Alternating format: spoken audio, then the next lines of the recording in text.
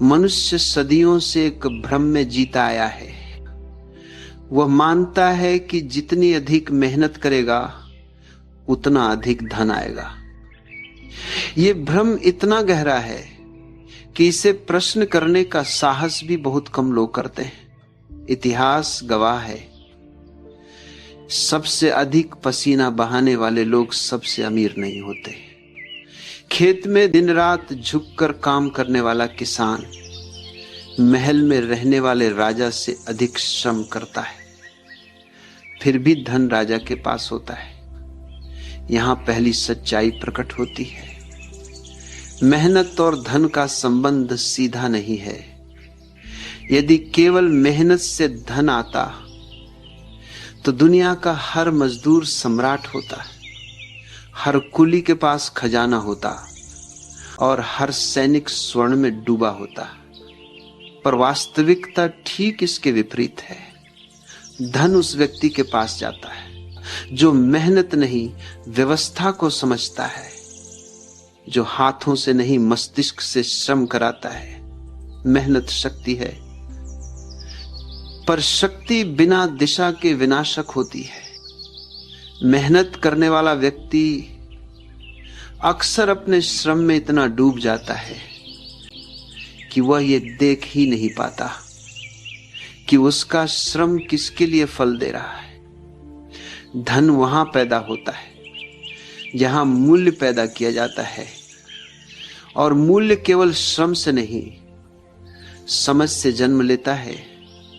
एक व्यक्ति कुआं खोदता है, दूसरा व्यक्ति कुएं के स्थान का चुनाव करता है। पसीना पहले का बहता है, लाभ दूसरे का होता है। ये अन्याय नहीं है, ये नियम है। धन कर्म का पुरस्कार नहीं है, धन बुद्धि की प्रतिक्रिया है। जो व्यक्ति केवल मेहनत करता है वह स्वयं को बेचता है। जो व्यक्ति योजना बनाता है वह दूसरों की मेहनत खरीदता है। यही अंतर राजा और सेवक में होता है। सेवक सोचता है आज कितना काम करना है, राजा सोचता है किससे काम करवाना है और कब रुक जाना है। मेहनत अक्सर गरीबों को व्यस्त रखने का सबसे सफल हथियार होती है। उन्हें इतना थका दिया जाता है कि वे सोच ही न सके। सोच खतरनाक होती है क्योंकि सोच प्रश्न पैदा करती है और प्रश्न व्यवस्था को हिलाते हैं। इसीलिए समाज मेहनत की पूजा करता है पर बुद्धि से डरता है। धन वहां नहीं जाता जहां सबसे ज्यादा श्रम हो। धन वहां जाता है जहां निर्णय लिए जाते हैं। निर्णय लेने वाला व्यक्ति गलत भी हो सकता है, पर निर्णय न लेने वाला हमेशा गरीब रहता है।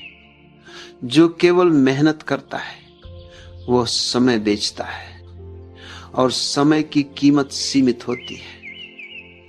जो व्यवस्था बनाता है वह समय को नियंत्रित करता है और समय पर कोई सीमा नहीं। धन कभी भी थके हुए शरीर को नहीं चुनता।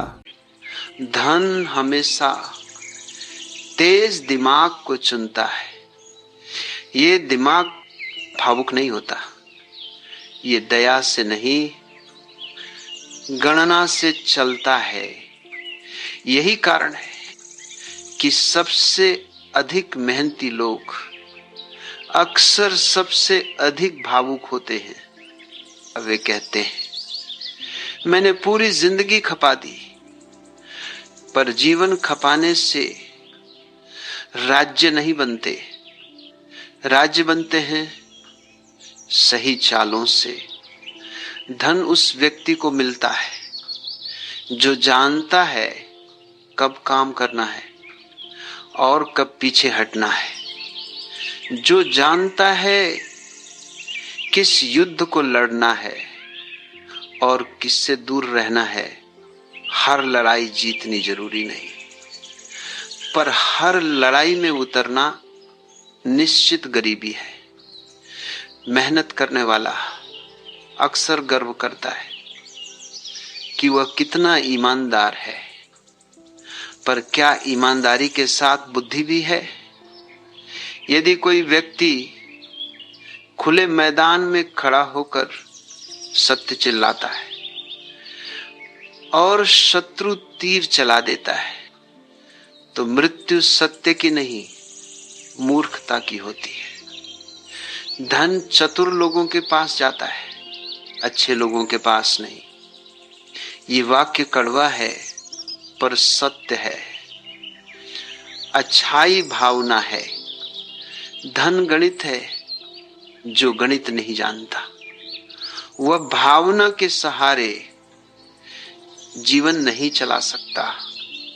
जो व्यक्ति केवल मेहनत करता है वह परिणाम का इंतजार करता है। जो व्यक्ति रणनीति बनाता है वह परिणाम तय करता है।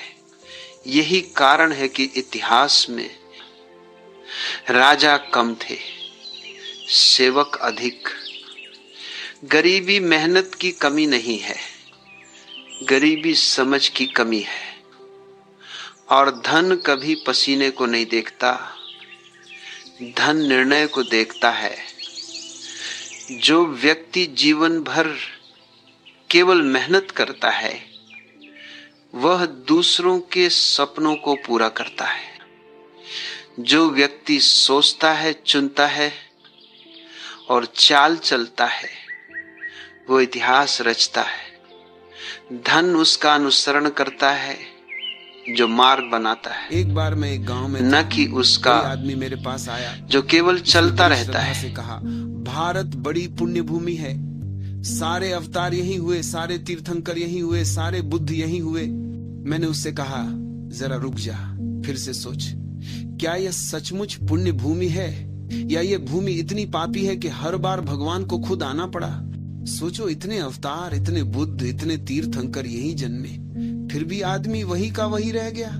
इतने सब आकर चले गए, लेकिन हमारे भीतर एक लकीर तक नहीं खींची। हम वही चिकने घड़े के घड़े रहे। हर अवतार को हमने सुना, सिर झुकाया, आरती की, फूल चढ़ाए और कहा, आओ महाराज, और अब जाओ। हम सुनने में माहिर हैं, करने में नहीं। तुम सोचो, अगर किसी गांव के घर में रोज डॉक्टर आते जाते हो तो क्या वो घर पुण्यवान है? नहीं। इसका अर्थ है कि वो घर सबसे ज्यादा बीमार है। अगर सारे अवतारों को यहीं आना पड़ा तो इसका अर्थ क्या हुआ? कृष्ण ने गीता में कहा, जब जब धर्म की हानि होती है, अधर्म बढ़ता है, तब मैं आता हूँ। और सब अवतार यहीं आए। तो मतलब क्या हुआ? ये भूमि पुण्यवान है या ये भूमि इतनी बीमार कि हर बार भगवान को खुद उतरना पड़ा? सच तो यह है कि इस मुल्क की आत्मा अब इतनी चिकनी हो गई है कि कोई लकीर नहीं खींचती। हमने सदियों से इतनी अच्छी बातें सुनी हैं कि अब बातें सुनना ही धर्म बन गया है। सुनते सुनते हम ऐसे तल्लीन हो गए कि करने की कभी फिक्र ही नहीं की। हमने सुनना साधना बना लिया है और यही हमारी सबसे बड़ी बीमारी है। सुनना तो है पर होना नहीं। जब तक समझ तुम्हारी अंतरात्मा में नहीं उतरती तब तक वो समझ अधूरी रहती है। वो सिर पर बैठी रहती है, हृदय में नहीं उतरती। और समझ तभी उतरती है जब तुम कोई निर्णय लेते हो। निर्णय ही द्वार है। निर्णय छोटा हो या बड़ा, इससे फर्क नहीं पड़ता। निर्णय लेने की घटना ही तुम्हें बदल देती है। निर्णय में प्राण एकत्र हो जाते हैं। जो क्षण तुमने किसी बात पर हाँ या ना कहा, उसी क्षण तुम एक नए व्यक्ति बन जाते हो। मैं तुमसे कहता हूं, 10 मिनट खांसना मत। सुनने में साधारण लगता है पर बड़ा कठिन है। खांसी जैसी छोटी चीज को रोकना बड़ी अमानवीय बात लगती है। तुम्हें खांसी आ रही है और मैं कहता हूं खांसो मत। तुम्हें लगेगा यह तो दुष्टता है, पर तुम्हें मालूम नहीं, इतनी छोटी बात भी तुम्हारे भीतर आत्मा के जन्म का अवसर बन सकती है। क्योंकि अगर तुमने 10 मिनट खांसा नहीं तो तुम्हें एक झलक मिलेगी कि मैं अपने शरीर का मालिक हो सकता हूँ। एक खुशी की लहर भीतर उठेगी। तुम्हें लगेगा मैं कोई निर्णय लूं तो उसे पूरा कर सकता हूँ। इतनी सी बात में भी आत्मा ने शरीर पर विजय पाई। खांसी और छींक बहुत चालाक चीजें हैं। जितना उन्हें रोको वे उतना ही विद्रोह करती हैं। वे कहती हैं, ये क्या नया नियम बना रहे हो? अब तक तो मैं आती थी, तुम मेरे साथ थे, अब तुम मुझसे लड़ रहे हो। और यही वह क्षण है जब तुम्हें देखना होता है कि कौन मालिक है, शरीर या तुम। अगर तुम 10 मिनट भी न खांसे तो तुम्हारे भीतर का संबंध बदलने लगता है। तुम्हारे और शरीर के बीच एक नई दूरी बनती है और वहीं से जागरण की शुरुआत होती है। गुरजीएफ ने इसका प्रयोग किया, स्टॉप मेडिटेशन। कितना सरल नाम है पर कितना गहरा अर्थ। वो कहता था रुक जाओ, और ये रुक जाना कोई साधारण रुकना नहीं था। तुम नाच रहे हो, एक पैर ऊपर है एक नीचे है, और वो कहता था अब रुक जाओ। तो जैसे हो वैसे ही रुक जाना है। गर्दन टेढ़ी है तो टेढ़ी ही रहे, शरीर झुका है तो झुका ही रहे, पैर हवा में है तो वहीं ठहर जाए। कोई हिलडुल नहीं, कोई सुधार नहीं। शरीर गिर जाए तो भी कोई फर्क नहीं, अगर गिरो तो भी उसी स्थिति में रहो, क्योंकि वहीं एक द्वार खुलता है जहां शरीर अपनी चाल से चल रहा होता है और तुम भीतर से कह रहे होते हो अब मैं मालिक हूं। लेकिन आदमी बड़ा चालाक है, वह धीरे से पैर नीचे रख लेता है और खुद को कहता है कौन देख रहा है। कोई नहीं देख रहा, पर तुम खुद देख रहे हो। तुमने मौका खो दिया, तुमने शरीर को जीतने का अवसर गंवा दिया, तुमने आत्मा की जीत को स्थगित कर दिया। गुरजीएफ कहता था अगर तुम उस क्षण ईमानदार रहो और शरीर को वहीं रहने दो जैसे वह था, तो उसी पल आत्मा का जन्म होता है, क्योंकि उसी पल पहली बार शरीर और आत्मा अलग हो जाते हैं। तुम पहली बार जान पाते हो कि तुम शरीर नहीं हो। तुम देख सकते हो कि शरीर थक गया है, गिर रहा है, कांप रहा है, पर तुम भीतर अचल हो, तुम भीतर साक्षी हो। निर्णय का अर्थ है अपने भीतर के साक्षी को जगा देना, और यही पहला कदम है ध्यान का, यही पहला कदम है क्रांति का। याद रखना, बहुत छोटे छोटे निर्णय भी जीवन में अद्भुत परिणाम लाते हैं। बात निर्णय की है, बात डिसिसिवनेस की है, निर्णायकता की है। बात यह नहीं कि निर्णय बड़ा था या छोटा। जब भी मन निर्णायक होता है, ऊर्जा एक दिशा में प्रवाहित होती है और वही दिशा फिर तुम्हें गहराई में ले जाती है। जो अनिर्णय में जीता है उसकी ऊर्जा चारों दिशाओं में बिखर जाती है और फिर जीवन एक बिखराव बन जाता है, केंद्र नहीं रह जाता। इसलिए जो मैं कह रहा हूं उसे सिर्फ सुनना मत, थोहा प्रयोग करो, थोहा जी कर देखो। उपनिषद कोई दार्शनिक ग्रंथ नहीं है, वे प्रयोग की भूमि है। वे सिद्धांत नहीं सिखाते, वे परिवर्तन सिखाते हैं। वे कोई मान्यता नहीं देते, वे रूपांतरण की प्रक्रिया बताते हैं। वे तो कीमिया है, आत्मा को शीशे से सोना बनाने की कला। वे सूत्र हैं जिनसे नया मनुष्य जन्म ले सकता है। लेकिन कठिनाई यही है कि कोई दूसरा मूर्तिकार नहीं आएगा, न कोई गुरु छैनी लेकर आएगा, न कोई भगवान हथौड़ी लेकर। तुम ही पत्थर हो, तुम ही मूर्तिकार हो, तुम ही छैनी हथौड़ी हो। तीनों भूमिकाएं तुम्हें ही निभानी है। अपने ही भीतर के पत्थर को अपने ही संकल्प की हथौड़ी से, अपनी ही समझ की छैनी से तराशना है। अपने भीतर से ही सुंदर को, छिपे हुए देवता को बाहर लाना है। और याद रखना, इसमें क्षण भर का भी स्थगन सदा का स्थगन बन जाता है। जिसने कहा कल करूंगा वह कभी नहीं करता। जो कह दे कभी नहीं करूंगा वो भी ठीक है, क्योंकि उसने कम से कम निर्णय तो किया। निर्णय हमेशा शक्ति लाता है, अनिर्णय हमेशा दुर्बलता। मैंने कुछ मित्रों से कहा तुम बस यह तय कर लो कि सन्यास कभी नहीं लोगे, कभी नहीं, तो भी कुछ तो बदलेगा, कुछ तो घटेगा, क्योंकि तुमने एक स्पष्टता को जन्म दिया। और अगर कहो लेंगे तो भी ठीक, लेकिन ये सोचेंगे, देखेंगे, फिर करेंगे, यही बीमारी है। यही इंडिसिसिवनेस, यही धुंध है जिसमें आदमी जीवन भर भटकता रहता है। जीवन कोई प्रयोगशाला नहीं जहां हर कदम पर देखते हैं कहा जाए। जीवन प्रयोग है, छलांग लगानी होती है, गहराई में उतरना होता है। संन्यास एक निर्णय है, कोई वस्त्र नहीं, वो एक संकल्प है भीतर की दिशा बदलने का। लोग पूछते हैं गेरुआ पहनने से क्या होगा? मैं कहता हूं कुछ भी नहीं होगा। फिर भी 3 महीने पहन कर देखो। वे कहते हैं लोग हंसेंगे। मैं कहता हूं तो बस वही बहुत होगा। अगर तुम 3 महीने तक लोगों के हंसने को सह सको तो तुम बदल जाओगे, क्योंकि जो लोगों की हंसी से डर गया वो जीवन से डर गया, और जो लोगों के विचारों से मुक्त हो गया वही पहली बार स्वतंत्र हुआ। लोग कहते हैं बाहर बदलने से क्या होगा, भीतर बदलना चाहिए। मैं उनसे कहता हूं बाहर बदलने की हिम्मत तो पहले पैदा करो, भीतर की बात फिर करना। कपड़े बदलने में ही पसीना छूटता है और तुम कहते हो भीतर बदलना चाहते हो। भीतर तो बहुत दूर है, वहां तक तो वे पहुंचते हैं जो बाहर बदलने से भी नहीं डरते। हमारी बड़ी कला है अपने को धोखा देना। दूसरों को धोखा देना उतना खतरनाक नहीं, खुद को देना विनाशकारी है। जो आदमी खुद को धोखा देता है उसके लिए कोई रास्ता नहीं बचता। वो अपने ही विरुद्ध काम करता है, वो अपने ही भीतर दीवारें खड़ी करता है। धार्मिक वही है जो खुद से ईमानदार है, जो अपने से छल नहीं करता, वही ईश्वर के द्वार पर पहुंच सकता है। बाकी सब धर्म, बाकी सब व्रत, बाकी सब पूजा पाठ सब दिखावे हैं। निर्णय चाहिए, स्पष्टता चाहिए, ईमानदारी चाहिए, और फिर देखना वही छोटा सा निर्णय तुम्हें नए जन्म की दिशा दे देगा। निर्णय का अर्थ समझो। निर्णय का अर्थ ये नहीं कि तुमने किसी बात को ठान लिया जिद की तरह। निर्णय का अर्थ है तुमने अपने भीतर एक स्पष्टता पाई है, एक दिशा जानी है। निर्णय कोई संघर्ष नहीं, कोई दबाव नहीं। निर्णय तो सहज प्रवाह है। जब समझ साफ हो जाती है तो निर्णय अपने आप घटता है। देखो, नदी बहती है, उसे यह सोचना नहीं पड़ता कि समुद्र तक पहुंचना है या नहीं। नदी का निर्णय स्वाभाविक है, उसका अस्तित्व ही निर्णय है। निर्णय वही नहीं होता जहां भय है।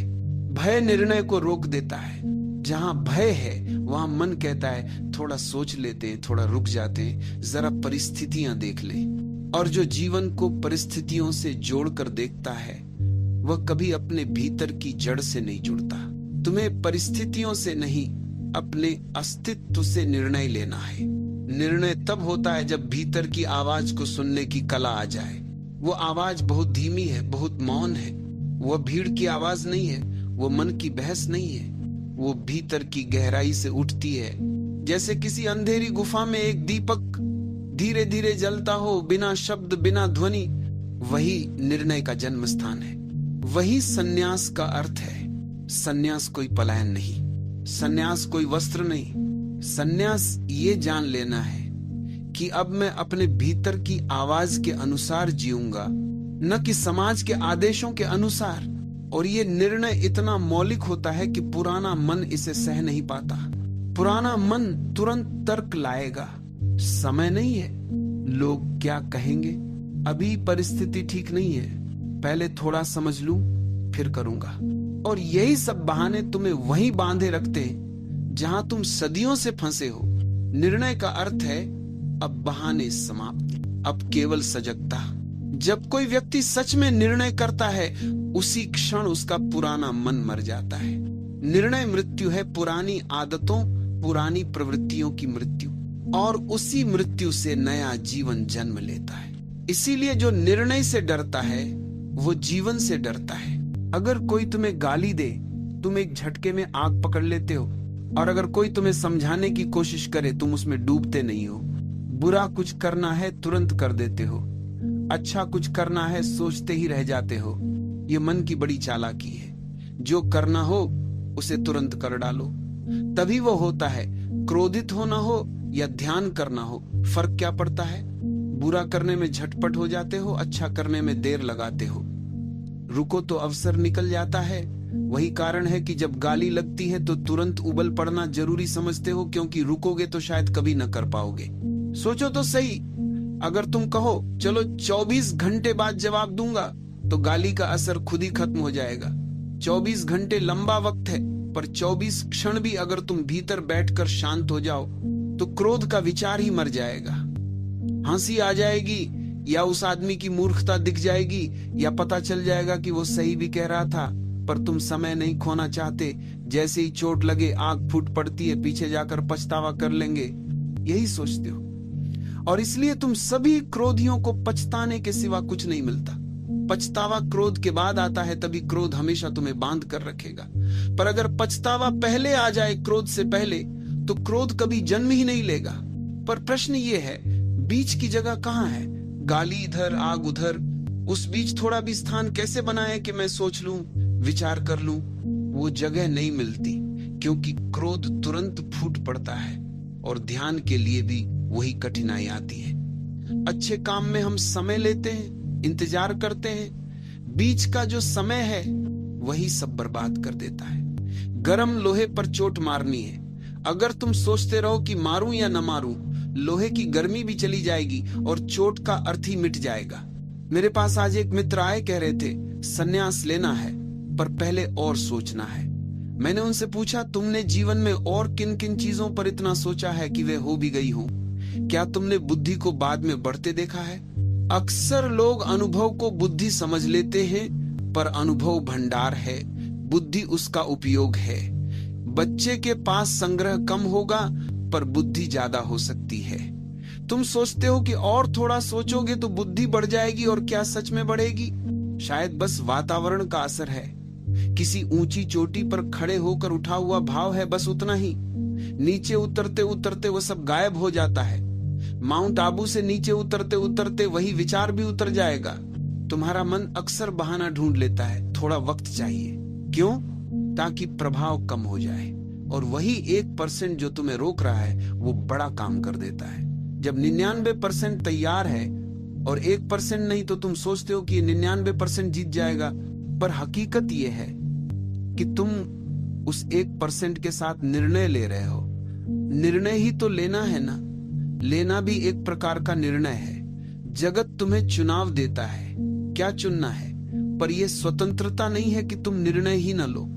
तुम निर्णय से बच नहीं सकते। हम अपने आप को धोखा देना बहुत अच्छे से जानते हैं। बार बार सुनते, समझते रहो और वैसे ही रह जाओ। फिर घड़ा चिकना हो जाता है, सब कुछ उस पर फिसलने लगता है। जितनी बार तुम अच्छी बातें सुनकर भी नहीं बदलते, उतनी ही अधिक फिसलन बनती जाती है। इसलिए अगर सुन रहे हो तो साहस करो, समझ में आए तो उसे भीतर उतार कर जियो। जब समझ श्वास श्वास में न समा जाए, उसका कोई अर्थ नहीं रह जाता। असली माप यह है कि तुम अपने जीवन में अच्छी बातें कर सकते हो या नहीं। भाषणों और मंत्रों का ढेर लगाना कोई कठिन काम नहीं। असली काम है कि वे बातें तुम्हारे अस्तित्व में उतरे। तुम कहते हो कि क्रोध पल में फूटता है, पर वही पल तुम्हें आजीवन बांध ले सकता है। थोड़ी सी जगह बनाओ, क्रोध कठिन हो जाएगा। ध्यान में भी वही जगह बनानी होगी, पर ध्यान मुश्किल इसलिए भी है कि तुम्हारा स्वभाव तत्काल निर्णयों का नहीं है, पर ध्यान वही सिखाता है। गर्म लोहे पर जब चोट मारनी हो, मारो, और जहां सोच समझकर काम करना हो वहां समय लो, पर झूठी बहानेबाजी मत करो। संन्यास का निर्णय हो तो वह आज लिया जा सकता है, और यदि न लो तो वह भी निर्णय है, स्वीकार करो। जिन बातों को बार बार सुनकर भी तुम वैसे ही रहते हो, उनसे सावधान रहो। अच्छा है, कभी कभी कुछ सुनना ही छोड़ दो, पर जब सुनो तो संकल्प करो, परिवर्तन के साथ जियो। तब समझ केवल शब्द नहीं रहेगी, वह जीवन बन जाएगी। और जब जीवन बन गई तब पछतावा पहले नहीं आएगा। जब पछतावा पहले आ जाएगा, क्रोध का बीज ही नहीं बनेगा। समझना और जीना यही अंतर है। मैं कहता हूं, छोटे निर्णयों से शुरुआत करो। सुबह जल्दी उठने का निर्णय करो, और फिर देखो मन कितने बहाने बनाएगा। तुम देखोगे ये केवल नींद का प्रश्न नहीं है, ये सजगता का प्रश्न है। अगर तुम छोटे निर्णयों में भी सजग रह सको तो बड़े निर्णय अपने आप घटने लगते हैं। निर्णय कोई कार्य नहीं, एक दृष्टि है। निर्णय का अर्थ यह नहीं कि तुमने कुछ कर दिया। निर्णय का अर्थ है कि अब तुम भीतर से स्पष्ट हो गए। अस्पष्टता समाप्त, भ्रम समाप्त। अब तुम जो भी करोगे उसमें पूरा मन, पूरा प्राण, पूरी उपस्थिति होगी, और वही उपस्थिति परिवर्तन लाती है। तुम्हारे हर कर्म में अगर पूर्णता आ जाए तो वही ध्यान बन जाता है। फिर साधना कोई और नहीं, तुम्हारा जीवन ही साधना बन जाता है। लोग सोचते हैं कि आत्मज्ञान कोई बहुत ऊंचा पर्वत है। नहीं, वह तो छोटी छोटी निर्णायक सजगताओं का परिणाम है। जो व्यक्ति बार बार अपने भीतर साफ निर्णय करता है, वो धीरे धीरे उस बिंदु तक पहुंच जाता है जहां कोई निर्णय बाकी नहीं रह जाता। वहां केवल मौन है, क्योंकि अब कुछ तय करना नहीं, सब स्पष्ट हो गया। वह स्थिति ही समर्पण है, वह स्थिति ही ध्यान है, वह स्थिति ही संन्यास है। तो मैं तुमसे कहता हूं, आज से ही आरंभ करो। छोटे छोटे निर्णय लो, पूरे होश के साथ, पूरे प्रेम के साथ, और फिर देखो वही छोटे छोटे निर्णय तुम्हें कहां पहुंचा देते हैं। उस द्वार तक जहां कोई निर्णय नहीं, केवल अस्तित्व है, केवल होना है, केवल शांति है।